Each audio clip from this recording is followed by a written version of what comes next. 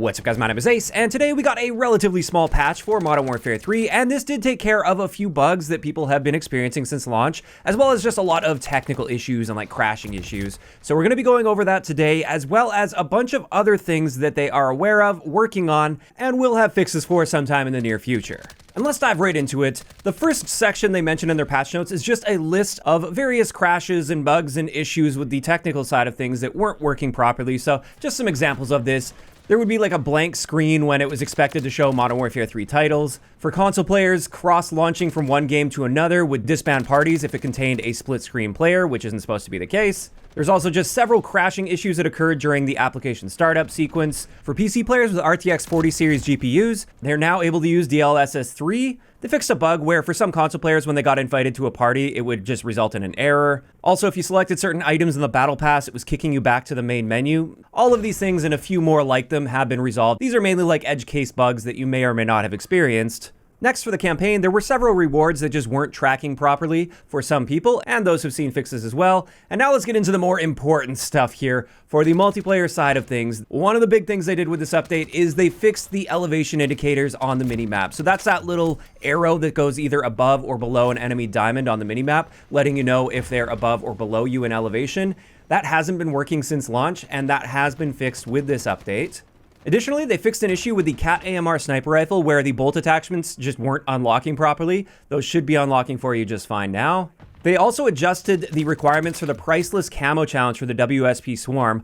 Unfortunately, I don't know what this used to be, but now it requires you to get 10 operator double kills while in tac stance. They also mentioned the resolved issues that prevented several challenges from tracking completion progress, so I believe they were tracking in the background, they just weren't updating properly. They corrected the unlock challenge tracking conditions for the barbecue operator. On terminal, they fixed that planting spot for search and destroy on the wing of the plane. Pre-patch, you could actually plant in this location, whereas now you can't. In invasion mode, apparently people were spawning in the enemy territory, which obviously shouldn't be the case. This is something they mentioned they fixed in this update as well. For Team Deathmatch, they also bumped up the score limit from 75 up to 100. Personally, I think this should be more map dependent than anything. Like Rust should be 100, but something like Wasteland, I think 75 was working just fine. That's just my opinion on that at least. And in Ground War, they also addressed an issue that was causing a certain dev error during normal gameplay. Another thing they wanted to point out here is be on the lookout for an experimental playlist that's going to be coming in the next few days. And this is going to be testing out player outlines, presumably instead of the dots and diamonds above their head.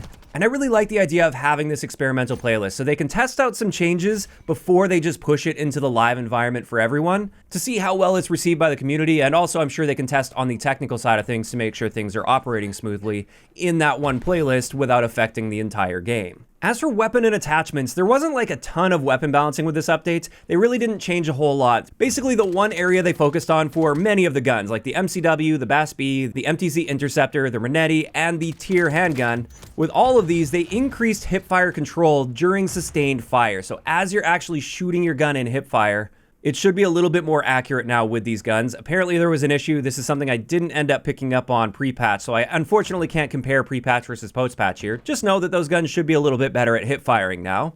Additionally, the Thermo Optic X9 and the SC Vortex 90, if you use those on the MWIII handgun with the Jack Ferocity carbine kit, they weren't actually toggling properly. They have fixed that issue. And if you're using the Tier handgun with the Odin's Judgment trigger action, they've decreased the trigger response time, or the double action delay on that, to 210 milliseconds. It was apparently bugged out and a higher value before this update.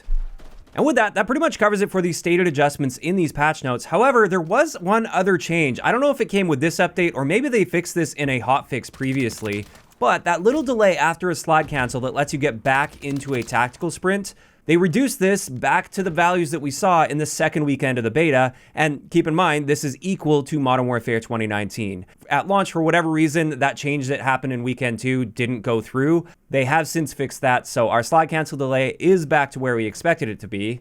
And this is where we're going to transition into a bunch of the things that they've acknowledged. They either have fixes ready to go and they're scheduled for like the next updates, or they're just currently investigating and we will see a fix for these at some point in the future. It turns out many of these things were meant to be in this update today, but on Twitter they just confirmed that due to unforeseen issues, not all of the changes scheduled for today's updates were able to be released. And they're hard at work to get key movement changes, multiplayer weapon balancing, zombies gameplay and stability fixes, and more into the next possible update. So that kind of sucks that there were meant to be more changes with this update, but at the very least, they are being very upfront with the communication about this, and that is nice to see. But let's go over a bunch of these changes they've acknowledged on their Trello board, which I will leave linked down below, by the way. The first thing is the remote turret. They've temporarily disabled this because there was actually an invisibility bug that involved the remote turret. So until they fix that bug, they've just removed it from multiplayer altogether, which is a good thing. This one already has a fix scheduled, so it should be fixed in the next update. They also mentioned that players are experiencing a significant tack sprint delay after sliding. Again, like I said, they fixed that normal tack sprint delay from the launch compared to what we saw in the beta weekend 2, but there may be another bug involved there as well, where for some people, their tactical sprint is still not activating after a slide cancel. So hopefully for those that are experiencing that, we will be seeing a fix for them. Additionally, there's a certain spawn on Underpass where you spawn inside a vehicle and you die immediately when that happens, and it can potentially happen over and over again. They have a fix scheduled for that one as well. After that, they are currently investigating daily challenges not tracking for some players, and I believe someone in the community actually figured out something that's going on here. Apparently, when this is not tracking, it looks like the challenges that are being displayed for you are not the actual challenges that are activated for you in the background, and unfortunately, there's no way of knowing what those challenges are, but you can still complete them if you just happen to accidentally stumble upon completing them. So hopefully they can get that one worked out. That is a pretty big issue at the moment, especially since you need to complete daily challenges to unlock various things in the game. After that, they've acknowledged the bug where EOD is not working as intended. It's not clamping damage properly. In custom games, this is working just fine, but in actual public matches, it's not working as intended, and you can die to a single frag grenade, for instance, while using EOD.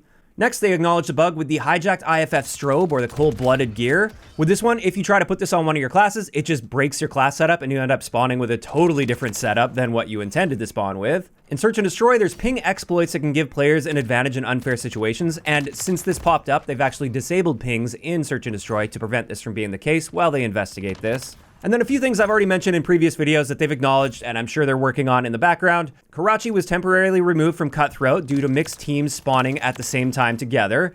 And then for Quarry, Rundown, and Scrapyard, they were temporarily removed from Hardpoint due to spawn issues as well. And with that, that's finally going to wrap it up for everything that changed in today's update, as well as just a bunch of the things that they're tracking in the background. I'm sure they're tracking even more than this, but these are just the things that they've added to their Trello board at this stage. And that's not even mentioning the fact that we are expecting a weapon balancing update, apparently with the next update that we get for Modern Warfare 3. And I'm hoping we'll be seeing that by the end of the week, but I think that just really depends on how quickly they can get on top of fixing whatever issue that was preventing them from putting those things in today's update. Now, of course, this is where I want to hear from you guys in those comments down below. How are you feeling about today's update so far? Are you generally happy with some of the changes and fixes that they've made? Have you noticed any improvements to stability or crashing issues if you're somebody that was experiencing that? Just let me know down below. If you enjoyed the video, a like rating is always appreciated, and don't forget to subscribe for more if you haven't already. I'll talk to you guys next time.